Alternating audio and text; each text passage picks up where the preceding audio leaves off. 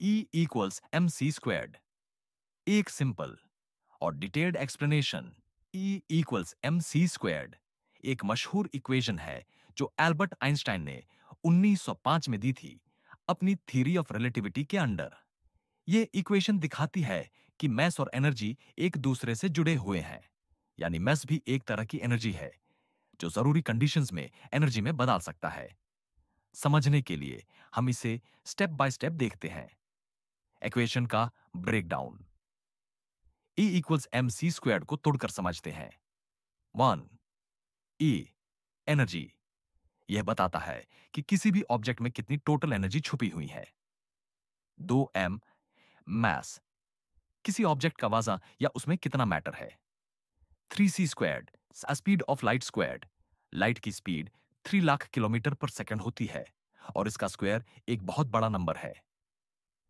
यह इक्वेशन यह कहती है कि किसी भी ऑब्जेक्ट का मास उसके अंदर एक छुपी हुई एनर्जी का सोर्स है और अगर मास को कन्वर्ट किया जाए तो बहुत ज्यादा एनर्जी मिल सकती है।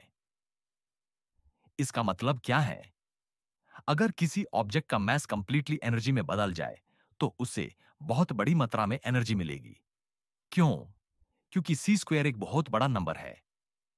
इसका मतलब है कि थोड़ा सा मास भी अनेक हजार गुना एनर्जी दे सकता है। एक सिंपल एग्जांपल सोचिए, अगर आपके पास 1 ग्राम मास है जो एक छोटी सी तोहफी जितना होता है, अगर यह पूरा का पूरा एनर्जी में कन्वर्ट हो जाए तो नया ट्रिलियन जूल्स तक एनर्जी मिलेगी।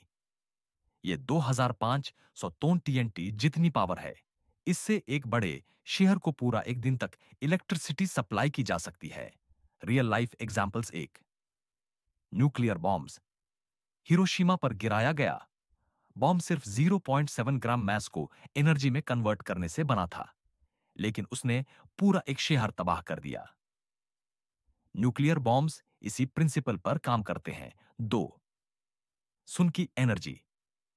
सूरज हर सेकंड न्यूक्लियर फ्यूजन प्रोसेस के थ्रू मास को एनर्जी में कन्वर्ट करता है। इसी वजह से हमें रोशनी और गर्मी मिलती है। तीसरा, न्यूक्लियर पावर प्लांट्स।